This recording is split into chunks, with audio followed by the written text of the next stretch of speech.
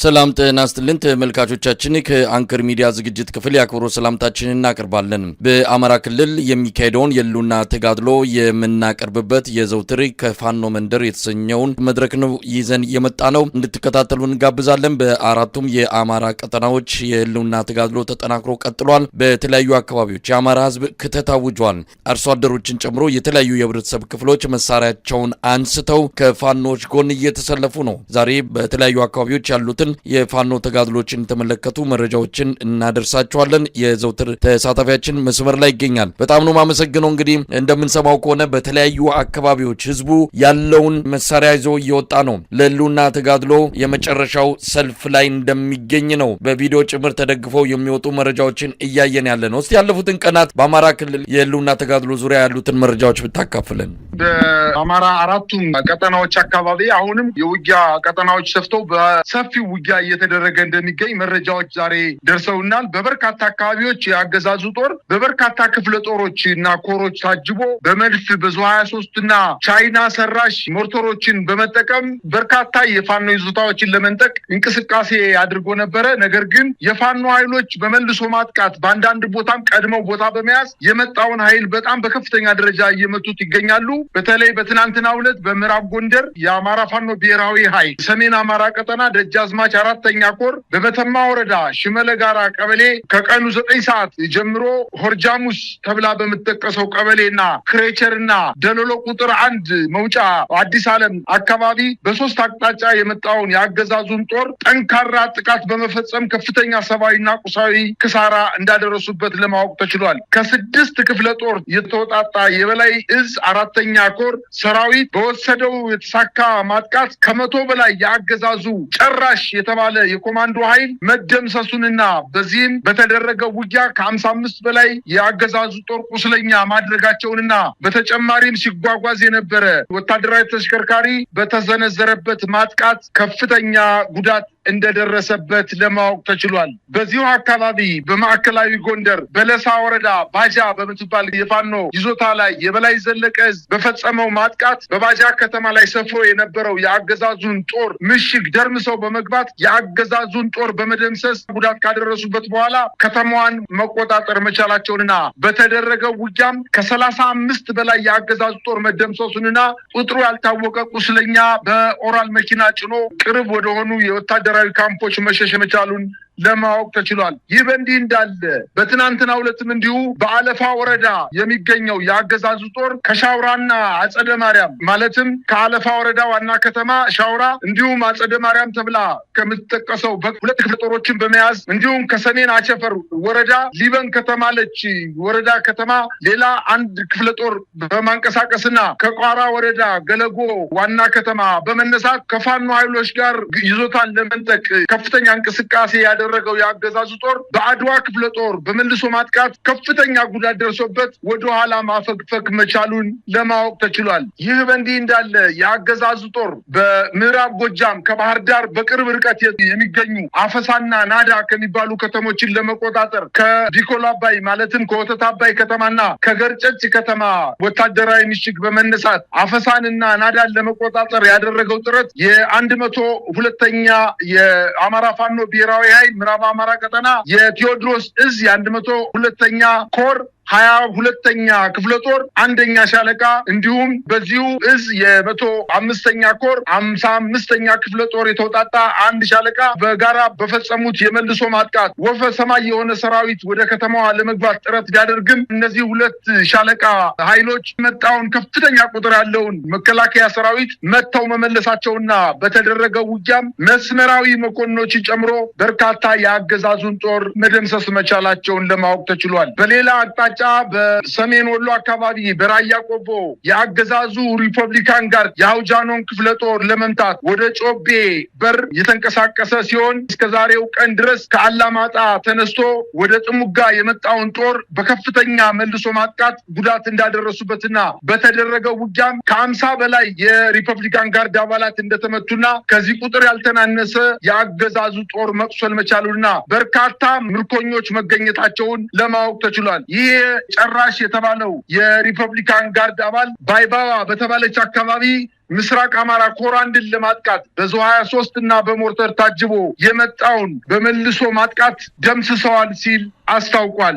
ከዚህም ከዛም ድጋፍ እንዳያገኝ ተደርጎ አሁን በዚህ ሰዓት በተደረገው ውጊያ ጥሙጋ ትምህርት ቤት ሸሽቶ በመግባት ራሱን እየተከላከለ እንደሚገኝ ለማወቅ ተችሏል። ይህ በእንዲህ እንዳለ በቆቦ ከተማ ዙሪያ የዞብላምባ ክፍለ ጦር ከአገዛዙ ጦር ጋር ባደረገው የሌሊት ውጊያ በተለይ ከራኢላና አጣዋ ጋራ በተባሉ ምሽጎች ላይ ጥቃት በመፈጸም የአገዛዙ ጦር ከምሽጉ እንዲወጣ በማድረግ ያንን አካባቢ መልሰው መቆጣጠራቸውን አስታውቀዋል። አሁን ዘግይቶ የደረሰን ዜና አፋባሃ ቴዎድሮስ እዝ የ105ኛ ኮር 66ኛ ክፍለ ጦር ዳንጉር የምትባለውን ከተማ ለመቆጣጠር የመጣውን የአገዛዙ ጦር በተለይ በ5ኛ ሻለቃ ተመታ መመለሷንና እንዲሁም በሌላ አቅጣጫ ከጃዊ ተነስቶ ወደ ደንቀስ ሲጓዝ የነበረ የአገዛዙ ጦር የደፈጣ ጥቃት ተፈጽሞበት ወደ ኋላ መሸሽ መቻሉን ለማወቅ ተችሏል። በተደረገው ውጊያም 22 ክላሽ የተማረከ ሲሆን 2 ብሬን ሸንሸሎች ተማርከዋል። ከ800 በላይ የብሬን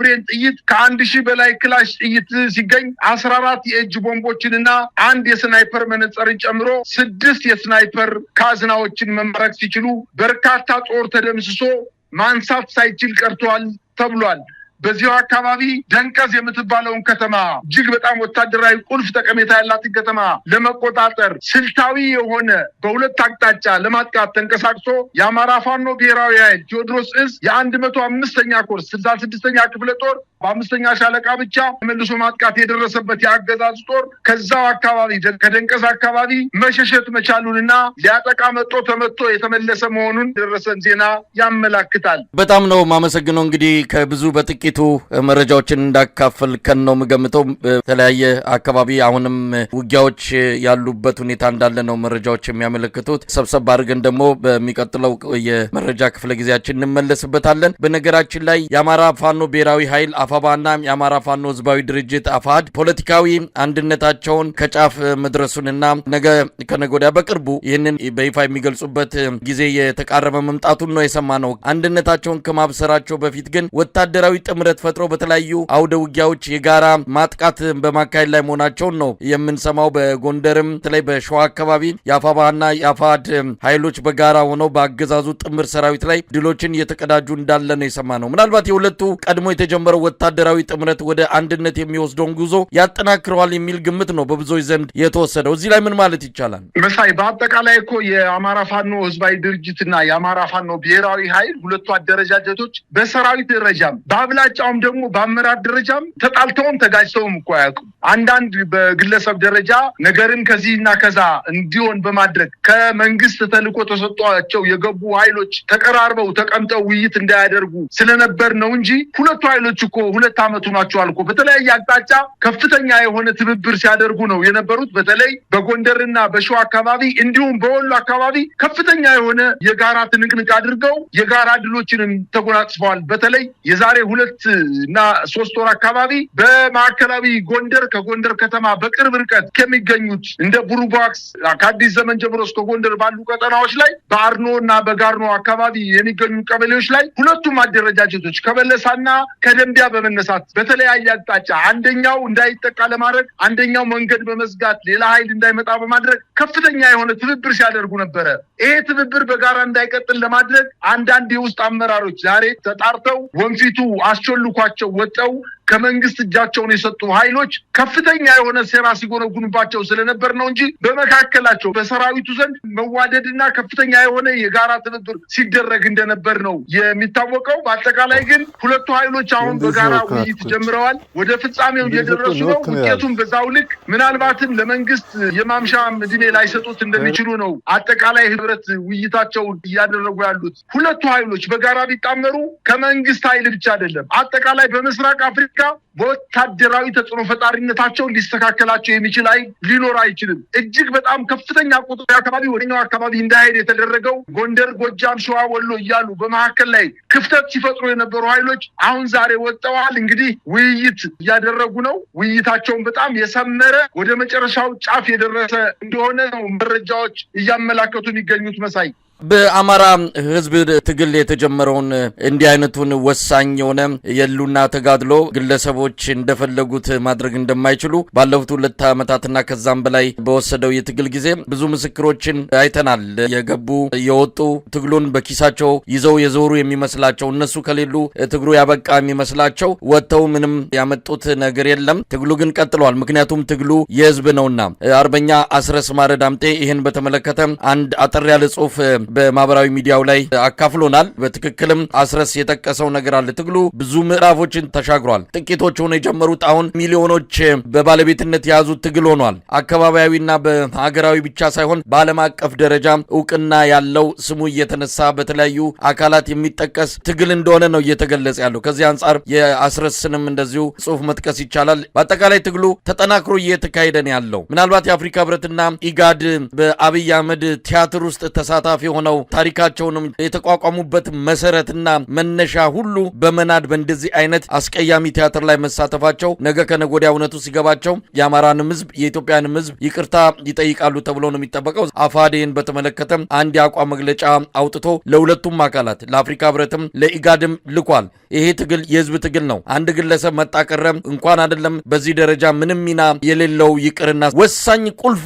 ድርሻ ያላቸው ትግሉ ላይ የገነነ ስም ያላቸው ግለሰቦች እንኳን ከትግሉ ቢለዩ የአማራ ህዝብ የጀመረውን ትግል ከዳር ማድረሱ የማይቀር ነው። ይህንን ነው እንግዲህ ሁሉም ሰው መረዳት መገንዘብ የሚገባው ማለት ይቻላል። መሳይ ውሸትንና ማጭበርበርን ዋነኛ የእድሜ ማራዘሚያ አድርጎ የያዘው አገዛዝ እሱ ባያፍር ሁል ጊዜ በዚህ ስርዓት የኢትዮጵያ ህዝቦች በሙሉ ያፍራሉ። የኢትዮጵያን ህዝብ የማይመጥን ስርዓት በአጋጣሚ ወንበር ላይ ተቀምጦ ኢትዮጵያን ከመቼውም ስርዓትና አገዛዝ በላይ ያዋረደ ስርዓት እንደሆነ ሁላችንም የምናውቀው ነገር ነው። የተናቀ ስርዓት በመሆኑ እንጂ እውነት ለመናገር የተቃቀፉት እኮ 2 ሰዎችና 2 ግለሰቦች ብቻ ናቸው። እነዚህ የተቃቀፉ ሰዎች ደግሞ የስጋ ዘመዳማች ስለሆኑ ካልሆነና ተነፋፍቀው ካልሆነ በስተቀር በትግሉ ላይ የሚያመጡት ውጤት የለም። ሁለቱ የስጋ ዝምድና እንዳላቸውና ከዚህ በፊትም አንደኛው በግራ አንደኛው በቀኝ ሆኖ የአማራን ህዝብ ተደራጅቶ እንዳይታገል ለማድረግ ሁለቱም በተለያየ ጎን በተለያየ የትግል ስልት ገብተው የአማራን ህዝብ ሲያስጨፈጭፉ የከረሙ የነሱ መተቃቀፍ የናፍቆት መተቃቀፍ ብቻ ካልሆነ በስተቀር በአማራ ህዝብ ትግል በፍጹም ለውጥ ሊያመጣ አይችልም። በነገራችን ላይ ትግሉ አሁን ከደረሰበት ደረጃ ካየነው በግለሰቦችና በቡድኖች ሊጠመዘዝ የሚችል ደረጃ ላይ አይደለም ያለው። ፋኖ ከመንደር ወጥቶ አሁን ቀጠናዊ ተጽዕኖ ፈጥሯል ነው ያለው አስረስ ማረ።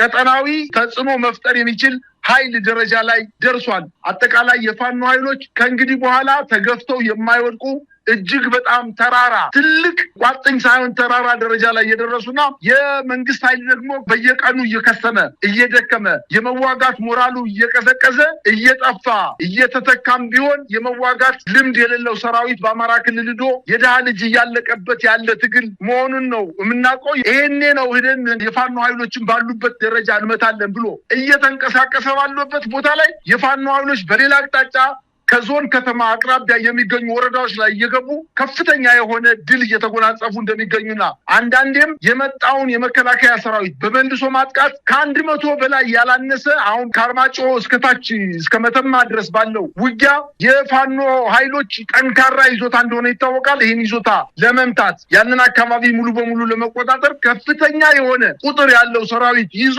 በከፍተኛ ወታደራዊ ትጥቅና ስንቅ ተደራጅቶ ብረት ለበስ ተሽከርካሪዎችን ይዞ ያንን አካባቢ ለማጥቃት ሙከራ ያደረገው ኃይል መንግስት እጅግ በጣም የሚተማመንበት የሪፐብሊካን ጋርድና ጨራሽ የተባለ ወታደር ነበረ። ነገር ግን 5 ሰዓትና 6 ሰዓት በተደረገው ውጊያ ብትንትኑን ያወጡት። ይሄ ሁለተኛው ድላቸው ነው። ሶስተኛ ይሄ ሁሉ ወፈ ሰማይ ሰራዊት አጠቃላይ የኢትዮጵያ ሰራዊት ሙሉ አማራ ክልል ተሰማርቶ በህዝብና በነዋሪው ዘንድ ከፍተኛ በደል እየፈጸመ እንኳን የፋኖ ኃይሎች ይሄን እየተከላከሉ ህዝባቸውን ነፃ ከማውጣታቸውን በተጨማሪ ወታደራዊ ማሰልጠኛ ተቋማትን አዋቅረው እንዲያውም ለመጀመሪያ ጊዜ የኮማንዶ ኃይሎችን የመሐንዲስ ባለሙያተኞችን የስለላና የደህንነት ባለሙያዎችን ማስመረቅ መቻላቸውን ነው መረጃዎች የሚያመላክቱት። እዛው አፍንጫቸው አጠገብ ላይ የፋኖ ኃይሎች በያዟቸው ወረዳዎች ላይ ማሰልጠኛዎችን አደራጅተው በሺዎች የሚቆጠሩ የኮማንዶ ወታደሮችን በማስመረቅ ቀጥታ ወደ ውጊያው እንዲገባ በማድረግ ትልልቅ ድሎችን እያስመዘገቡ ነው የሚገኙት። የሁለቱ ኃይሎች መጣመር ከፍተኛ የሆነ ረብሻ ፈጥሮበታል። አንድ ግለሰብ መጥቶ የአፍሪካ ህብረት ደረጃውን ባልጠበቀ ሁኔታ ሁለቱ ወንድማማቾች ወይም ቤተሰቦች ተቃቅፈው ናፍቆታቸውን በሚወጡ ሰዓት ታዛቢው ነው መገኘቱ እጅግ በጣም ያሳዝባል። እንዲያውም ለመጀመሪያ ጊዜ ነው የሚባለው ይሄ ነገር። ለመጀመሪያ ጊዜ እጁን የሰጠ ወታደር ወይንም እጁን የሰጠ አንድ ግለሰብ ተደራዳሪ ሆኖ ከመንግስት ጋር ሲቀርብ ይሄ በኢትዮጵያ ብቻ ሳይሆን በዓለም አቀፍ ደረጃም ተሰምቶም ታይቶም አይታወቅም። ከኋላው የተከተሉት ኃይሎች የሌሉት ከዚህ በፊትም ለበርካታ ጊዜ ከፋኖ ኃይሎች ተደብቆ አንዴ ሰሜን ወሎ፣ አንዴ ደቡብ ወሎ፣ አንዴ ደቡብ ጎንደር፣ አንዴ ሰሜን ሸዋ አካባቢ ሲንከራተት የነበረ ግለሰብ ዛሬ እጁን ሰጠ ተብሎ መንግስት ልክ እንደ ትልቅ ድል የኢትዮጵያን ሕዝብ ሊያታልል ሲሞክር ድል የጠማው ስርዓት እንደሆነ ነው መረጃዎችን እያየን ያለ ነው። በአጠቃላይ ግን ይሄ ነገር ነፋስ መጥቶ እንደሚበትነው ዳመና የአንድ ሳምንት ወሬ ከመሆን የሚዘል አይደለም ማለት ነው የምችለው። መሳይ እንግዲህ አስረስ ማረ ዳምጤ የአማራ ፋኖ ብሔራዊ ኃይል ሴንትራል ኮማንድ አባል የጻፈውን እንደው ለተመልካቾችን ብናካፍል ጥሩ ነው ብዬ ስላመንኩኝ ነው። የገጠምነው ጠላት የተሸነፈ ነው። ፖለቲካው የተምታታበት ከራሱ አልፎ ውሸትና ማጭበርበርን ለዓለም አቀፍ ተቋማት ጭምር ያስተማረ የሚያደርገው መላቅጦ የጠፋበት በህዝብ የተናቀ በዓለም ፊት ሞገስ ያጣ አገዛዝ ነው። ይህ ውጤት እንዲመጣ ላለፉት ድፍን 4 ዓመታትና ከዚያ በላይ በጠራ መስመር በጽናትና በድፍረት በመታገላችንና በማታገላችን ኩራት ይሰማናል። ከብዙ መስዋዕትነት በኋላ ይህንን ትግል ከግለሰቦች ተጽዕኖ አውጥተን የትውልድ አድርገነዋል። የአማራ ህልውና ትግል ማንም በኪሱ ይዞት የሚዞረው አጀንዳ አይደለም። የሆነ ቡድን ወይም ግለሰብ ሲፈልግ የሚያነሳው ሳይፈልግ የሚጥለው እንዳይሆን አድርገነዋል። የፋኖን እንቅስቃሴ ከመንደር አውጥተን የቀጠናው ተጽዕኖ ፈጣሪ ኃይል ማድረግ ችለናል። የአማራን ፖለቲካም ዓለም በአንክሮ እንዲያየው ማድረግ ተችሏል። የቀጠናውን ኃይሎች የማስተባበር ኃላፊነትን መሸከም የሚችል የአመራር ቋት በመፍጠር ላይ ነው። ድንጋይ ነክሰን ከነጣቂዎችና ከሰንጣቂዎች የጠበቅነውን ትግል ለባላደራው ትውልድ እናስረክበዋለን። መሪያቸው በጠላት ጫና በተሰደዱና መንግስታዊ መዋቅር በፈረሰ ጊዜም ጭምር ሀገር ያቆዩ የኢትዮጵያን ህብራዊ ማንነት ከቅኝ ገዢዎች የጠበቁ የአርበኞች ልጆች ነን ብሏል አርበኛ አስረስ ማረ ዳምጤ። ትልቅ መልእክት ነው በእውነቱ። በነገራችን ላይ የአማራ ህዝብ ቀደም ሲል በመግቢያ ላይ እንደገለጽኩትም አሁን ሆ ብሎ እየተነሳ ነው፣ እየተመመ ነው። ትልልቅ ኃይሎች እየተፈጠሩ ነው ያሉት። ፋኖች አሁን ጫካ ብቻ አይደለም የሚገኙት፣ በየከተማውም ህዝቡ ራሱን እያደራጀ ነው። ለማይቀረው የነጻነት የህልውና ተጋድሎ ከያሉበት የፋኖችን ጥሪ ሰምተው የአማራ ተወላጆች እየወጡ ነው። ቪዲዮዎች የሚያሳዩት ይህን ነው። በየቦታው ስልጠና እየተሰጠ ነው። ከምን ጊዜውም በላይ ፋኖ በጎንም ወደ ላይም ስፋቱን ቁመቱን እየጨመረ የመጣም ትልቅ የገዘፈ ኃይል እየሆነ መጥቷል። ስለዚህ የነ አፍሪካ ህብረትም የነ ኢጋድም እንዲህ አይነቱን አይናቸውን ጨፍነው በአብይ ዜማ የመደነሳቸው የሰሞኑ ቲያትር ነገ ከነጎዲያ በግለሰብ ደረጃ እንደ ተቋምም የሚጠየቁበት ጊዜ የሚመጣ ይሆናል። ለማንኛውም የአማራ ህዝብ እየሰጠ ያለው ምላሽ እንዴት ማየት ይቻላል? የህዝብን አደራ ተሸክሞ የነጻነት ታጋይ የሚባል ደረጃ ላይ የደረሰ አመራሮች ፋኖ አሉት። በርካታ የአማራ እናቶች ወንድ ልጆችን ወልደዋል፣ ሴት ልጆችን ወልደዋል። ለህዝባቸው ታማኙ ነው ድንጋይ ተንተርሰው አደራጅተው ሰራዊት አቅም ገንብተው የአማራ ክልልን ህዝብ ነጻ የሚያወጡበት ጊዜ እየደረሰ እንደሆነ አሁን ከሚሰጠው መግለጫ ስናይ እውነት ተስፋ በጣም ትልቅ የአማራ ህዝብ ትልቅ ተስፋ ያለው ህዝብ እንደሆነ ነው ለማየት የቻልነው። እነዚህ ሰዎች ደልቷቸው አይደለም ድንጋይ ተንተርሰው ምናልባትም ያልበሰለ ነገር በልተው ገላቸውን ሳይታጠቡ ልብሳቸውን ሳይቀይሩ ከ20 እና ከ15 ኪሎ በላይ ትጥቅና ስንቅ ተሸክመው ለረጅም ጊዜ እየተጓዙ ከጠላት ድሮንና አረር ለማምለጥ በጫካ ውስጥ እየኖሩ አስፈላጊ ሲሆንም ደግሞ ወደ ከተሞች ገብተው ዘልቀው የህዝብን ብሶትና በደል ለመበቀል ከፍተኛ የሆነ ዘመቻ ያደረጉ ከጎናቸው በጣም የሚወዷቸው በአይን ቅጽበት ጓደኞቻቸው መስዋዕት እየሆኑ ለአማራ ህዝብ እነዚህ ናቸው ታጋይ የሚባሉት። የአማራ ክልል ትግል ልክ እንደ ኮለል እንዳለ የምንጭ ውሃ እየጠራ እየመጣ ቢሆንም አገዛዙ ከላካቸው ተላላኪ ባንዳዎች ውጪ አሁንም ትግሉ ሰኞ ተጀምሮ ማክሰኞ ያልቃል ብለው የራሳቸውን ፍላጎት ለማስፈጸም አብረው ተደባልቀው ትግሉን መስመሩ አቅጣጫውን እንዲስት ለማድረግ እንቅስቃሴ የሚያደርጉ አይጠፉ። እነዚህ ሰዎች አሁንም የፋኖ ኃይሎች በተለያየ ቦታ ግምገማ ያደረጉ ነው፣ ከህዝባቸው ጋር ውይይት ያደረጉ ነው። በህዝብ አስተዳደር ላይ ቀጥተኛ ጣልቃ ሳይገቡ ህዝብን ነፃ ባወጡት አካባቢ እየሰበሰቡ ህዝቡን አደራጅተው ምርጫ በማድረግ የራሳቸውን እዛ አካባቢ የሚኖረውን ህዝብ አመራር በመምረጥ በርካታ ቀበሌዎች እፎይ ብለው ማድረግ ጀምረዋል። ይሄ ነው እኮ ታጋይ ማለት፣ ህዝብን ከራስ በላይ አድርጎ ከህዝብ በታች ሆኖ የህዝብን ፍላጎት ማሟላት፣ ህይወትን መስጠት፣ መጠማት፣ መራብ፣ መራዝ ማለት ታጋይ ማለት ይህ ነው። ስለዚህ በትግል መካከል ብዙ ውጣ ውረዶች አሉ። እነዚህን ውጣ ውረዶች ተሸክመው የገባቸው የነፃ አውጪ ታጋዮች ከፍተኛ ዋጋ እየከፈሉ አሁንም በሰፊው እየቀጠሉበት እንደሆነ ነው መረጃዎች የሚያመላክቱት። እውነት ለመናገር አሁን በበርካታ አካባቢዎች ላይ አሁንም ውጊያዎች በአዲስ መልክ ተቀስቅሰው የፋኖ ኃይሎች ከመልሶ ማጥቃት ወደ ሙሉ ማጥቃት፣ ከመልሶ ማጥቃት ወደ ሙሉ ማጥቃት፣ ከመከላከል ወደ ሙሉ ማጥቃት ተሸጋግረው በበርካታ አካባቢዎች ላይ በ20 እና በ30 በመቶዎች የሚቆጠሩ የመከላከያ ሰራዊት አባላትን መግደል፣ መማረክ እና ስቦ ማስከዳት ስልትን እየተጠቀሙ የመከላከያ ሰራዊቱን ልክ ቅንቅን እንደበላው አገዳ ባዶ እያደረጉት እንደሆነ ነው መረጃዎች የሚያመላክቱት። መንግስት ደግሞ እጅግ በጣም ተጨንቋል። አሁን የአፍሪካ ህብረትንም ይሁን የኢጋድ ወይም የምስራቅ አፍሪካ በይነ መንግስታት የትብብር ድርጅትን ይሁን ሌሎችንም የአውሮፓንም የአሜሪካንም አጠቃላይ የምዕራብ መንግስታትን አምጥቶ ያደራድር እሱ አይደለም። የአማራ ህዝብ ጥያቄ እሱ አይደለም። ትግሉ ወደፊት ይቀጥላል፣ ድልም ይገኛል በአጭር ጊዜ ውስጥ ማለት ነው የምችለው። መሳይ በጣም ነው የማመሰግነው። ያንተን ቃል ለመድገም ያህል ነው። ድሉ በአጭር ጊዜ ይገኛል። የህዝብ ትግል ነው። አብይ አህመድ የመጨረሻው መጀመሪያ ላይ ይገኛል። የሚያደርጋቸው ነገሮች ሁሉ የተስፋ መቁረጥ እንደሆነ እየታዘብን ነው። አቶ ታዬ ደንደዓ ላይ የ7 ዓመት ከ2 ወር እስራት የበየነው በሌላ በምንም አይደለም። ይካሄዳል የተባለው የኢሃፓ ስብሰባ በእጅ አዙር እንዲጨናገፍ ወይም ደግሞ እንዳይካሄድ ያደረገው አገዛዙ ነው። በአንድ ጎን ደብዳቤ አድርጎ የሚል ይሰጣል፣ በሌላ ጎን የሆቴሎቹን ባለቤቶች ጫና እየፈጠረ አዳራሽ እንዲከለክሉ አድርጓል። አብይ አህመድ በሐሳብም ሆነ በዲሞክራሲያዊ መንገድ የሚታገሉ ኢትዮጵያውያንን በሙሉ እስር ቤት እያስገባ በሩን እየከረቸመ ለጫካ ትግል ለመሳሪያ ትግል ህዝቡን እየገፋ የሚገኝበት ሁኔታ ነው የተፈጠረው። የመጨረሻ ደረጃ ላይ ነው የሚገኘው። እንግዲህ አብረን የምናየው ነው። ፋኖ የትግሉን መሪነት ይዟል። ሌሎች ኃይሎችም አብረው ይህንን አገዛዝ ከስልጣን አስወግደው በኢትዮጵያ ሁሉም አሻራው ያረፈበት ዲሞክራሲያዊ መንግስት እንደሚመሰረት ምንም ጥርጥር የለውም። ሊነጋ ሲል ይጨልማል። አሁን ድቅድቅ ውስጥ እንኳን ብንሆንም መንጋቱ አይቀርም የሚለው የሁላችንም ተስፋ በቅርቡ የምናየው ይሆናል። በጣም ነው ማመሰግነው። እግዚአብሔር ይስጥልኝ። እኔም አመሰግናለሁ።